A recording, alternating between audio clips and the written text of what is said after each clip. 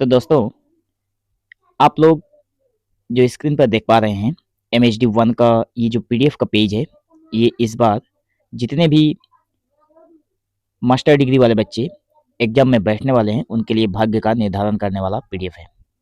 ठीक है, बहुत सोचने और समझने के बाद इस PDF को या फिर इस पेज को तैयार किया गया है, जिसमें MHD1 के जून 2026 टर्म एंड एग्जाम का इम्पोर्टेंट क्वेश्चन हम लेकर आए हैं। लेकिन इस PDF में मैंने टोटल यहाँ पर 9 क्वेश्चन रखा है और अंत में मैंने कुछ कवियों का नाम रखा है जो इस बार एग्जाम के लिए इम्पोर्टेंट है।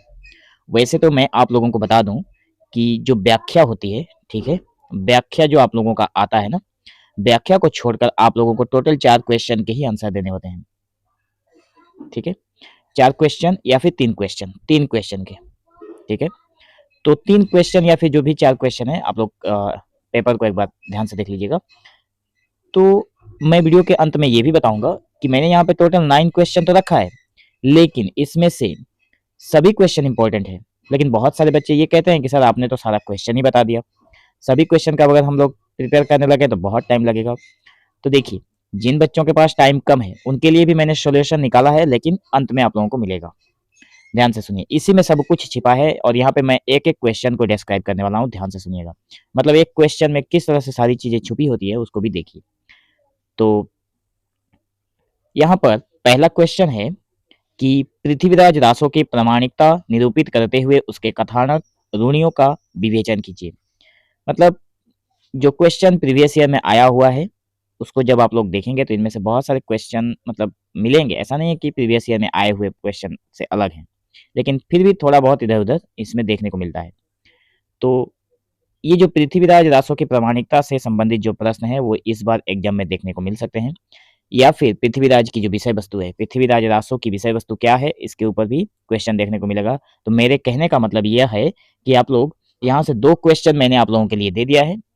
ठीक है, अब आप लोग भी थोड़ा डिसाइड करिए कि इन दोनों में से आप कौन सा देख कर जाएंगे। अगर आप लोगों के पास थोड़ा सा टाइम है या फिर पहले से आप लोगों ने कुछ देखा है तो जो बाकी है उसको देख लीजिए। ठीक है, बढ़ता हूँ आगे। दूसरा नंबर जो प्रश्न है, जो कि मतलब रीढ़ की हड्डी अगर कही जाए तो भी कम हो जाएगी MHD1 के लिए, मतलब कबीरदास। कबीरदास से संबंधित आप लोगों को क्वेश्चन 100% देखने को मिलते हैं।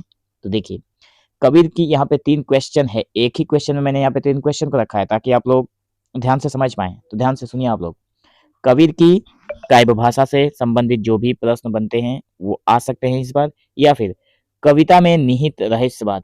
कौन सी कविता? कबीरदास की जो काव्य है उसमें निहित जो रहस्यवाद है उस पर प्रकाश डालने के लिए कहा गया है। और इन सभी टॉपिक के ऊपर लगभग हमारे चैनल में आप लोगों को जो प्ले लिस्ट है उसमें ये सारी वीडियो मिल जाएंगी, तो आप लोग जाकर ध्यानपूर्वक देख सकते हैं। ठीक है, छोटी सी वीडियो है, 10 मिनट, 9 मिनट, 8 मिनट, 11 मिनट, ऐसे करके वीडियो का टाइम लेंथ है। अगर आप लोग थोड़ा सा टाइम निकाल कर अगर दिन भर में 4-5 वीडियो अगर देख पाते हैं तो 2 दिन में ये पूरा सिलेबस कवर हो सकता है। अगर एक कैलकुलेशन देखिए, मैं आप लोगों को एक कैलकुलेशन दिखाता हूँ। अगर आप एक वीडियो देखने में 10 मिनट अगर आपको लगता है तो 1 घंटे में आप 6 वीडियो देख सकते हैं। बिल्कुल देख सकते हैं कि नहीं? हाँ, देख सकते हैं। तो देखिए, तो 1 घंटा आप टाइम दे दीजिए, आपका 6 क्वेश्चन कवर हो जाएगा। मैंने यहाँ पे कितना क्वेश्चन रखा है? 9 क्वेश्चन रखा है। तो इसमें से मैंने यहाँ पे 2 क्वेश्चन रखा है, ऊपर भी 2 क्वेश्चन दे दिया। तो ज़्यादा से ज़्यादा आप लोगों का कितना टाइम लगेगा? मैक्सिमम 2 आवर्स लगेगा आप लोगों का मास्टर डिग्री पूरा एग्जाम कंप्लीट होने के लिए। ठीक है, तो 2 आवर्स में आप लोग क्या करेंगे? पूरे के पूरे सिलेबस को कवर कर सकते हैं। और यहाँ पर जो इस बार जो कविगण हैं, जो महत्वपूर्ण कवि हैं, जो इस बार इंपॉर्टेंट है, उन्हीं से क्वेश्चन उठाया गया है। अगर आप लोगों को कवियों का नाम चाहिए तो वो भी मैंने वीडियो के अंत में बता दिया है। आगे देखिए, तीसरा नंबर अगर प्रश्न देखा जाए तो मीराबाई की विरह भावना, काव्य भाषा या फिर मीरा की विद्रोह जो है। लेकिन आप लोगों का जो क्वेश्चन है उसमें पहले नंबर पे तो आप लोगों को पृथ्वीराज रासो से संबंधित प्रश्न मिल जाएगा, लेकिन दूसरे नंबर पर विद्यापति मिलेंगे। ठीक है, तो विद्यापति से संबंधित भी मैं आप लोगों को प्रश्न दिखा देता हूँ, लेकिन उससे पहले आप लोग इनको देख लीजिए मीराबाई के बारे में।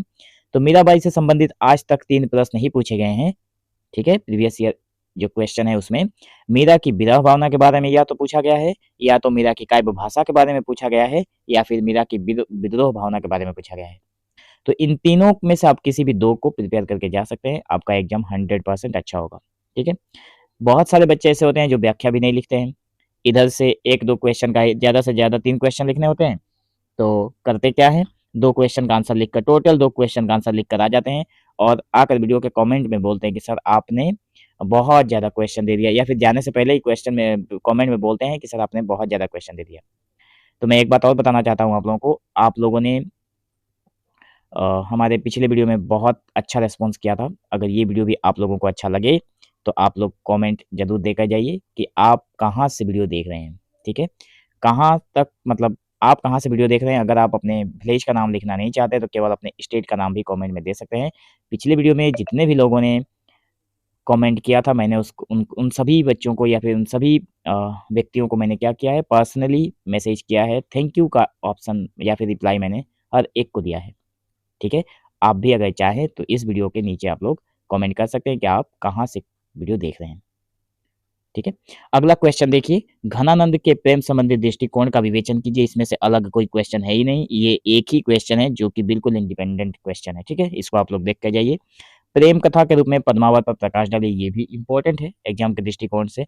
बिहारी के काव्य में श्रृंगार निरूपण का वर्णन कीजिए, ये भी बहुत बहुत मतलब रिसर्च करने के बाद ये सारे सारे क्वेश्चन निकाले गए हैं। तुलसीदास के सामाजिक चेतना पर प्रकाश डालिए, ये भी क्वेश्चन आ सकता है आप लोगों को।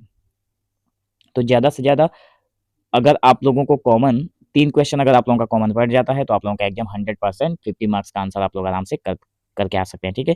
तो मैंने कहा था आप लोगों को कि विद्यापति से संबंधित क्वेश्चन देखने को मिलते हैं, तो ये देखिए विद्यापति।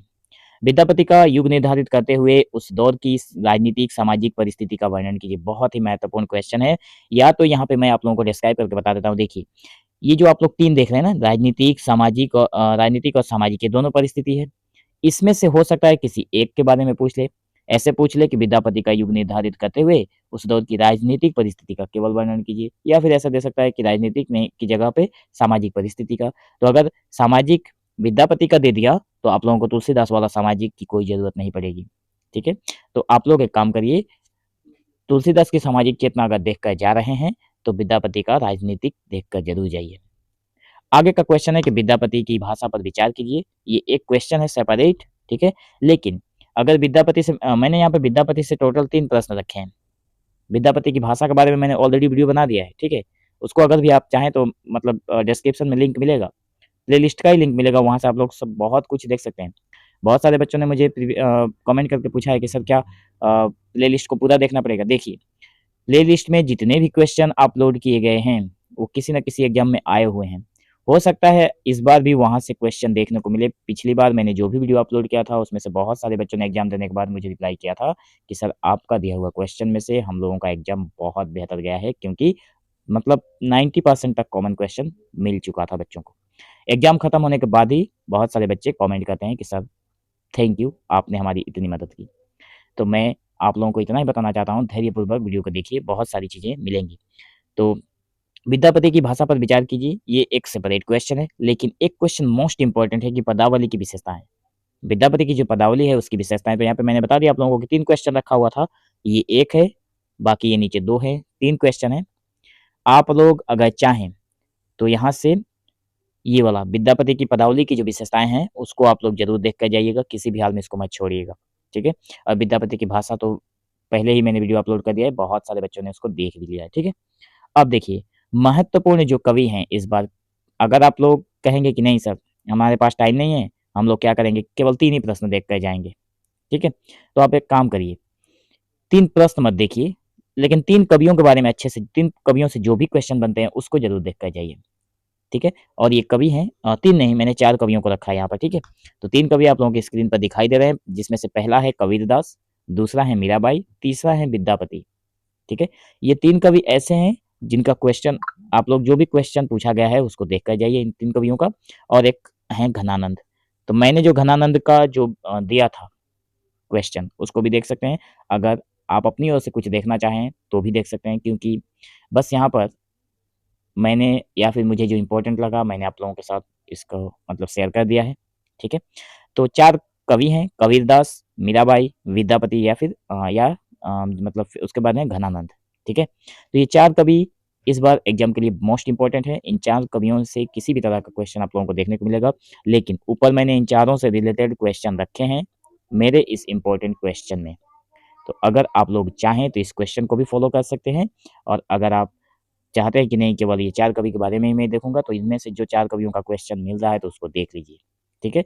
लेकिन केवल 3 क्वेश्चन देखकर मत जाइए, क्योंकि कोई कितना भी इम्पोर्टेंट क्वेश्चन बना ले, मैं जो बात कहता हूँ बिल्कुल जो सच्चाई होती है वही बताता हूँ, बाकी लोगों की तरह ये नहीं कहता कि हमारे पास आप लोग आइए और आपका 100% मिल जाएगा, यहीं से आप क्वालीफाई करके चले जाएँगे।